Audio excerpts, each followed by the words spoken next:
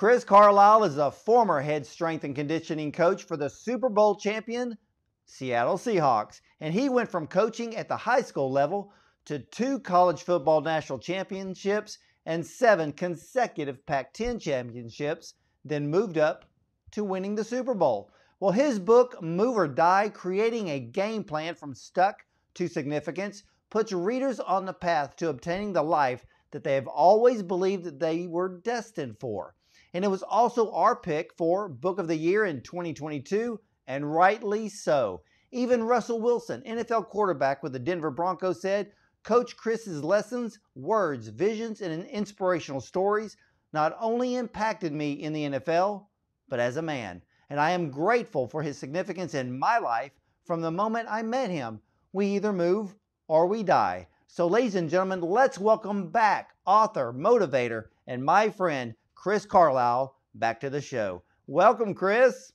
Thank you, Doc. I appreciate you. And that's I'm humbled by your words, and we keep moving forward. But thank you for having me on again.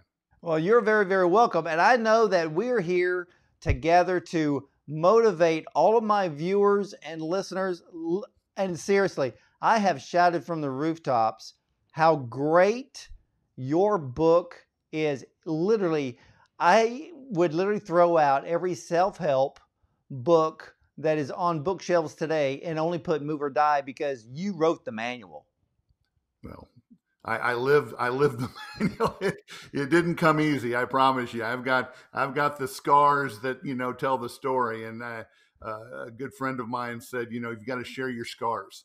And I think those are the stories that people lean into, is because they're real and they actually happened. And this is where I started and this is where I ended up. And so that's what I write about in the book. It's not an easy book for me to write because, I look deep into myself and all the mistakes I made, but there is that end where things worked out to the way that God's plan had. Well, what I loved about Move or Die, Chris, was the fact that you are a reader. You are a searcher of knowledge.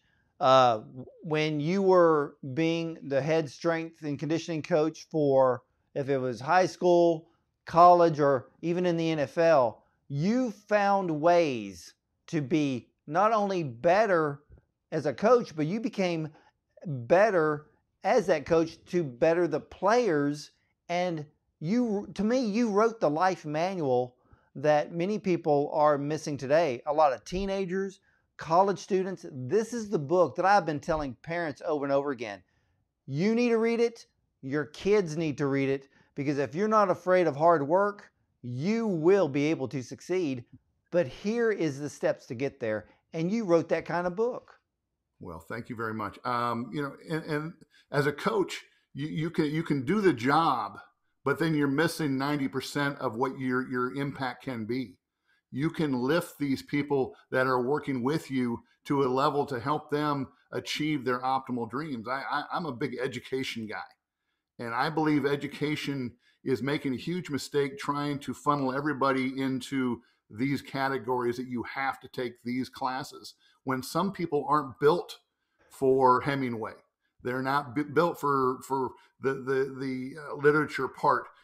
Let's teach it, but let's also give them the chance to do what they're gifted with, and maybe working with their hands or whatever. But that's what a teacher, a coach, a parent's job is to lift the people around them.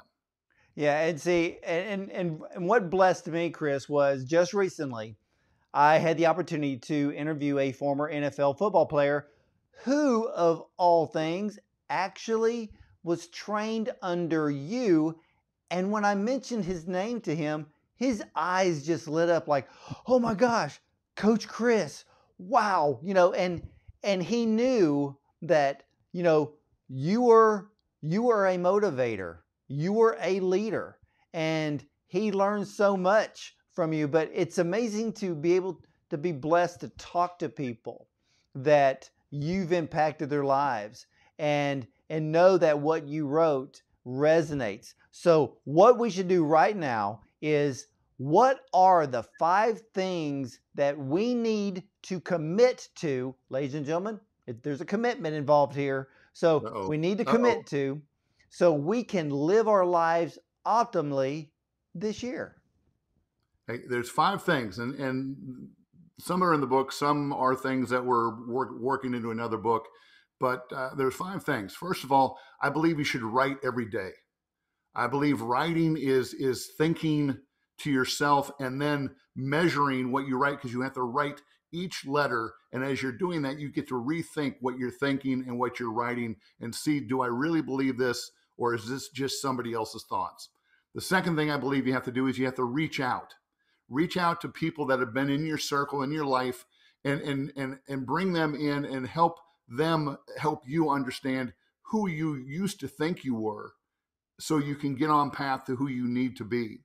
Next, words have strength.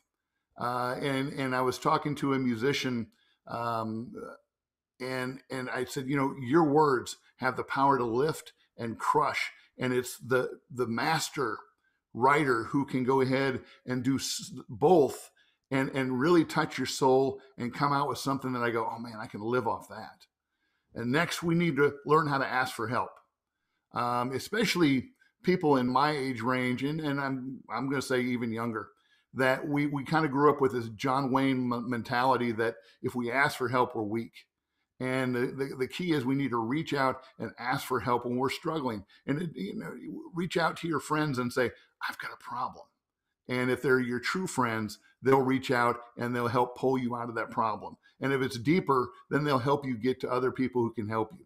And finally, and excuse my language, but move your ass. And I'm talking about, the biblical ass that Mary rode in, but hey, get up and begin moving, because your body will feel better, but your mind will feel the best. That when we get out and start working our body again, and the hardest thing to do is to start to write, to reach out, to find your words, to help, ask for help, and then finally to get up and just start walking.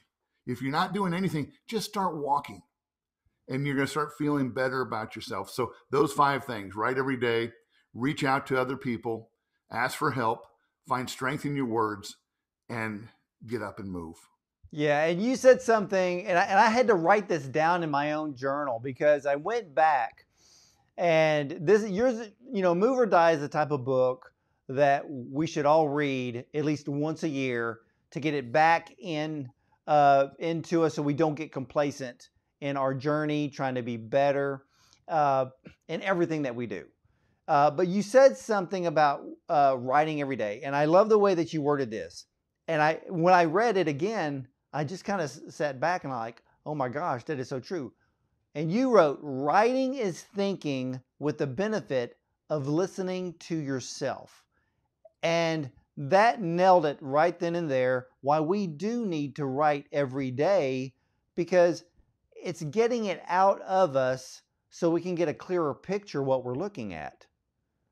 Yeah, without a doubt. I think, and I write every day. I've written every day for probably the last 30 years, and it has benefited me in understanding truly who I am. A lot of people will talk without a filter, and they don't think through what they're saying before they say it. But when you write it down, your own little BS meter in your head goes off. When you write something that doesn't resonate even with myself, how can I help other people do that? And so if you write more about that, it helps you to grasp that whole idea of writing. Plus, it's time away with yourself. And the one thing we need to do is become friends with ourselves. There was a thing online that said, if you were put in a log cabin with all the food you needed, all the wood you needed, could you live there for a month for $100,000?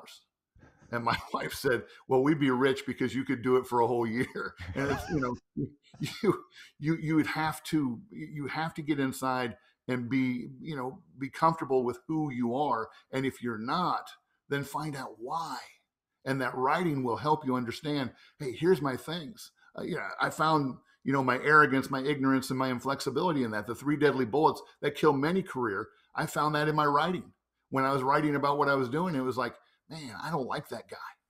What was the problem? Why was I 33 wins, 77 losses, and 1 tie during that period of time? You hire me and you could get 3 wins automatically. And that was it. And why was I not able to push to that next level? And it was arrogance, it was ignorance, and it was inflexibility. And I think if we look around within ourselves, we find that.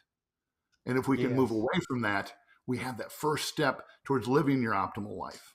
Well, yeah, and what I liked about the fact that you said write every day, and and not only just writing in a journal to write our thoughts, to write down our dreams, maybe even the things that we're going to face for the day. But I've learned that by writing, that even if it's learn to even on the computer, people jump on email too fast and end up saying things that they really shouldn't have, or the tone was wrong. That if you would just spend time writing your reply in a separate file and sit there for a few moments and really look at it, how would the other person respond to what you wrote? And do you need to tone it down or reword things so you don't get yourself into even more trouble that you're trying to get out of? And that's the reason, to me, writing is so important. We live in a world of swipe right, swipe up, but nobody's writing anymore. And you're right, we need to write every single day. And who knows, for some out there, they may find out that they end up writing a best-selling book by doing that. Yeah, you had to go somewhere. My wife, I've got notebooks upon notebooks, and she goes, "Well, you need to write a book."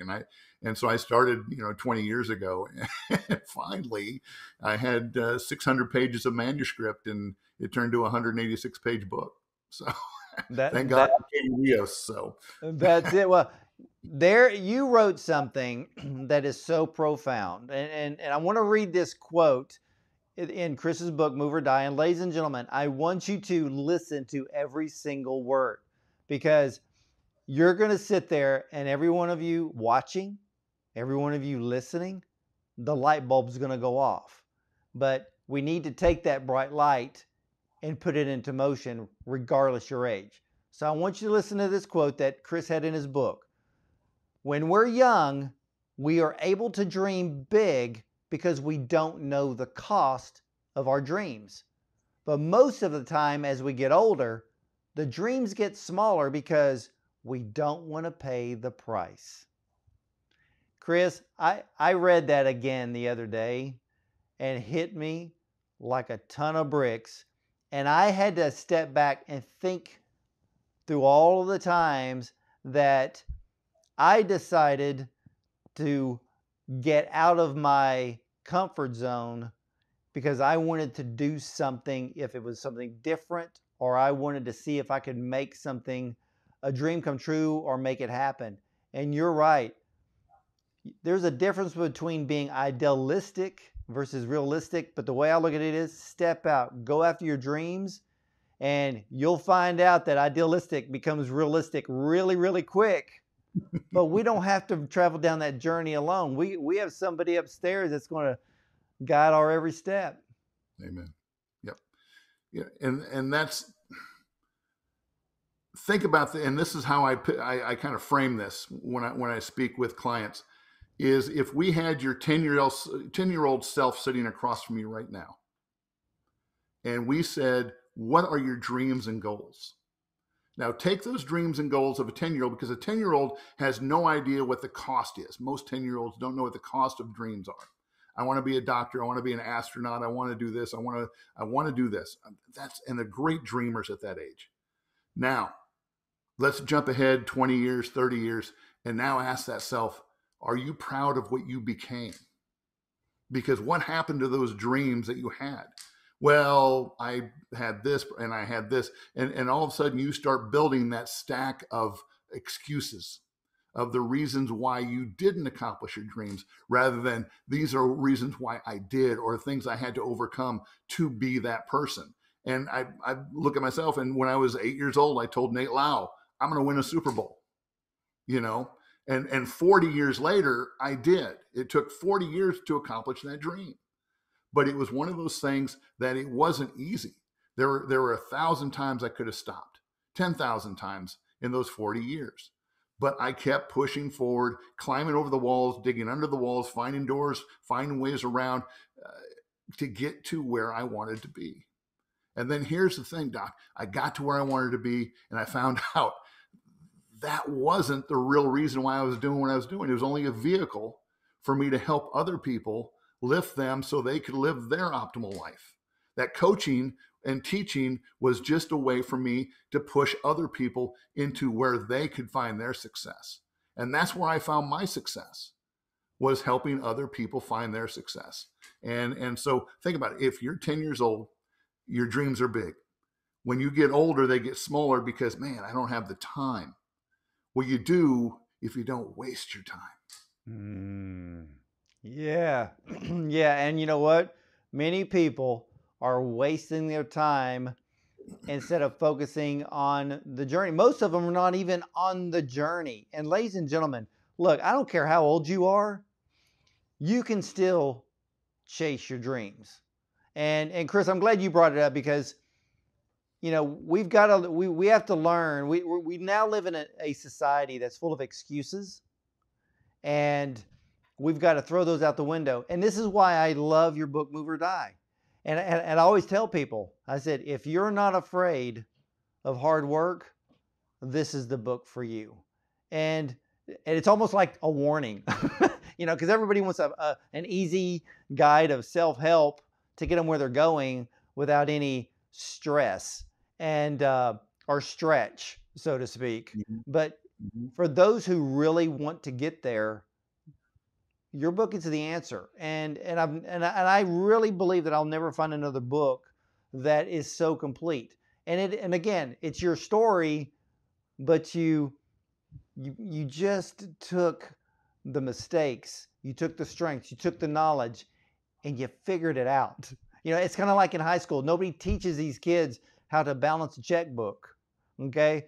And this is where your book comes in to say, this is what life is about, you know? And I, you know, I tell mine, I said, look, don't look back 10, 20 years from now and go, you know, shoulda, woulda, coulda, because you can do it right now. We live in a time now that we can take the bull by the horns and tell it where to go. Right, right. And what you're talking about there is a thing that scares me the most with young people today, is that they are doing the quiet quitting.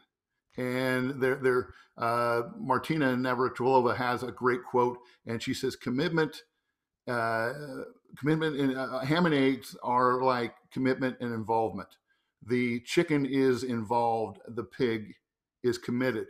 And when we look at people's lives, when we look at what we do in a daily matter, are you involved in your life? Are you the chicken that comes in, walks in, does something, walks out? Or are you the pig that is fully committed to achieving whatever it is that you want to do? I was speaking to a 24-year-old guy the other day, and I said, so what do you do? Well, I work in a drive-through coffee shop. I said, okay. I said, is that your life's dream, is to be a barista? Well, no, I want to go ahead and do this. And so how are you going to do that? Well, I don't know. I guess I'll go back to school. I might go back to school, but I want to find a job that is more secure than I'm working 9 to 5. And I said, how are you going to go to school if you're working 9 to 5? Right now, this is a perfect time for you to go back to school because your hours are flexible. I never thought about it that way. And so what worries me is 20 years later, this person's going to look back because this is their building time, their foundation time, the time where they put the work in to achieve all the dreams and things they want to achieve. Instead of working for minimum wage, which is really good these days compared to what we work for. You know, I used to make $3.75 an hour. So yeah. You're ahead of me. I was like $2.35 an hour making pizzas and Happy Joe's. Okay. And so, you know, and I love, you know, when I got a check for $100 at the end of the month, it was like, yeah, you know, what a deal. And so the thing is that, what are you going to think when you look back in 20 years? You know, when you're going, man, I should be here. I should be doing, yeah, like you said, shoulda, woulda, coulda. You're not going to be able to do that because you're going to be behind the swing the whole time. I should have a better job. Well, if you would have started, because people don't put you in the top of the building to begin with.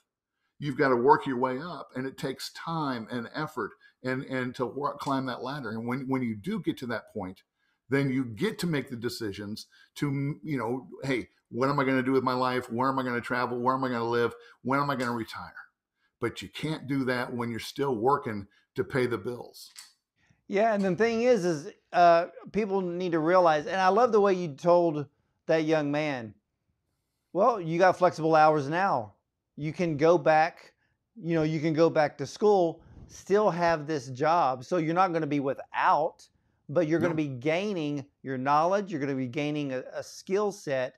And I think that's where a lot of young people miss it today, is that if they start adding to their skill set, start adding to their knowledge, prepare now. Stop looking at a job you could end up being stuck in for the next 10 to 20 years, because time passes really quick.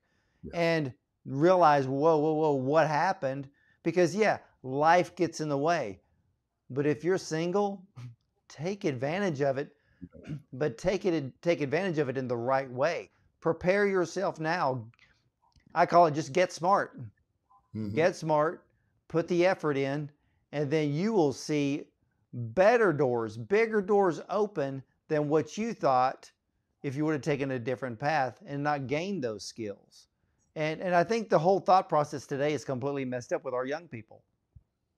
Ask yourself this: are you working for your dreams, or are you working for somebody else's dreams?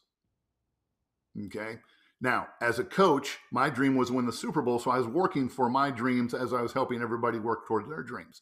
But are you working 9 to 5 doing a job that's going to help your boss achieve their dreams? Now, unless your goal in life is to be a barista, then you're probably just helping that coffee company's goal to go ahead and buy another house somewhere. And so as you're going through this process in your mind, am I working for my dreams, or I'm working to accomplish somebody else's? That's right. And because of his thought process, I want to go back to one of your 5 points. And you said, find strength in your words. Why is it so hard for people to realize what comes out of their mouth sets the tone, not only for the day, but for their future? Well, and I did research on this, and because when I heard it, I thought that can't be right. But research says that we have 60 to 80,000 thoughts that go through our heads. 60 to 80,000. That was mind blowing. And I read other articles that had bigger numbers. It was like, oh my gosh, that can't be true, because I don't think myself, talk to myself that much, but I do. Now, speaking to yourself, talking to yourself is not a problem. It's the messaging that you give. 80% of those messages, those 60 to 80,000, let's say 60,000 messages, 80% of those, about 50,000 of those messages going through, are negative. Negative. Think about that. And they're repeated 90 to 94% of the time. You're worthless. You're not good enough. This is going to fail, so I might as well quit now. All the negative things. I'm not good looking enough. I'm not tall enough. I'm not. Who set these standards? I mean, I kid with Dr. Ward about this, is I've got a face for radio and I'm on TV. All right. And so I'm not worried about, how I look. My wife's always worried about how I look when I go outside, but it's like, I'm happy. I'm really, really happy the way, and this is what I want to look like. But the thing is that when we have these negative thoughts ourselves, now put the social media on there, put TV on there, put all the issues around us. Now we can turn off TV and we can turn off our friends, but we can't turn that voice in our side of our head. Now, here's what we've got to do. We've got to start reprogramming ourselves. We've got to go ahead and set ourselves up for success by positive messaging. Little things like, and I have this is what I do. When I get out of bed, my right foot touches, I say thank. My left foot touches, I say you. Thank you. Thank you for giving me another opportunity to do this in my life. And before I go to bed at night, I give thanks for all the gifts I had, for my friends, for the people that I've talked with, for talking with you today. That's definitely part of my life, is thank you for the opportunities that we have, positive things, because all these things were positive for me. I mean, I look at the scar down my head. That was a positive. It changed my coaching life. My cancer made me a better person because I had priorities. And so these are gifts also that I was given that I didn't have, that I needed to have. So look at your life and find the good things and find the things you love about yourself and push those through your head. And those people that push negative things at you, get them away. Get them away from you, because they are not lifting you to your next life. Now, find the ones who are truth tellers, the ones who are telling you the truth, because we can't, hey, I want to fly off my roof in my backyard, and I think if I flap my arms hard enough, we need somebody to say, whoa, slow down. We can't do it. All right. Now they're not bringing you down. They're telling you the truth. But when they start talking about you personally, that, oh, you can never do it because you're not smart enough. Oh, I was a C student in high school, and that was a gift. So, Yeah. you can do it. I wrote a book, but it wasn't because I was a literary genius in any way, shape, or form. But I've educated myself, like Dr. Ward said. I've You I've did. read. And the thing is, and negative self-talk needs to go out the window. And ladies and gentlemen, if you're doing a lot of negative self-talk, you need to show it at the door and tell it to leave. Because remember, God created you in his image, and that means that you're not stupid, you're not dumb, you're not incapable. You are strong, you're a masterpiece. You can do all things. And remember, with God, nothing is impossible, which means I don't care if you live out in the sticks 100 miles away from a grocery store, you can still follow your dreams, okay? Because where there's a will, there's a way. And it all starts with the way that we talk. And by the way that we talk, Chris, and I want to bring up the other point, which is a very major factor today. And you wrote help. And help is really a true strength, not a weakness. What did you tell some of the players that were afraid to come to you to ask for help because they thought that maybe they were going to feel weak or not good enough? What did you teach? The way I would start was telling them my weaknesses, showing my scars, and that made them feel comfortable. Like, okay, this guy's not saying that he's done everything right, but maybe he has some ideas. And so my door was always open. And an athlete would come in and sit down, and we'd start talking about the weather. And then we would, and I'm self-deprecating because I've got thick skin. It's not a mystery. And so I would start taking some shots at myself, and they would go, no. You know what I do? And then there's always that topping story. And that's when they got into some of their stories about, how tough their life was coming up. And then we start digging into that a little bit and start to help them understand it's okay. Let's look at not what happened before, because what happened before was foundation, what got you here today. Now, what's important is to go from where you're at today to that next step. That's the key to your life, is what happened in the past can't be redone. Okay, we've learned from it. It's a great learning situation. Now we are where we're at because of that. So now how can we lift ourselves and then lift other people around them? And so pretty soon I would hear these guys talking to other guys and bringing them into the fold as far as, understanding their shortcomings that are true gifts. And guys would just stand there and go, I've never thought about that way. And so it was pushing that word forward to help other people to understand, you're okay. You're okay. Let's move forward now. That's it. Now, can you give us a quick summary of the top 5 tips that you have for all of us for 2023? Write every day. Reach out. Find strength in your words. Help. When you need help, reach out and get out and start moving. Move yourself around to get your mind and your body right. That's it, ladies and gentlemen. And one more thing, Chris, why do we need to take your mantra, move or die, more seriously than ever before? Because if we're not moving forward, we're falling back. We're going to go ahead and ourselves, we're going to be out of where we want. Our professional goals, our personal goals will die if we're not moving forward along our path. Friend, I am so glad that you came back on the show because you are an inspiration and a motivator that we all need right now. Well, thank you, Doc. I appreciate you and your time and your audience. You're wonderful. And if I can ever be of help, let me know. Oh, absolutely. So, ladies and gentlemen, you need to go to thecoachcarlisle.com and buy the most amazing, life-changing book, Move or Die. And if you have teens at home or college kids, they need this book right now. If you have put off your dreams or you need to get unstuck, well, Move or Die is your manual to learn that hard work is just part of life. And if you put in the effort, your dreams will come true.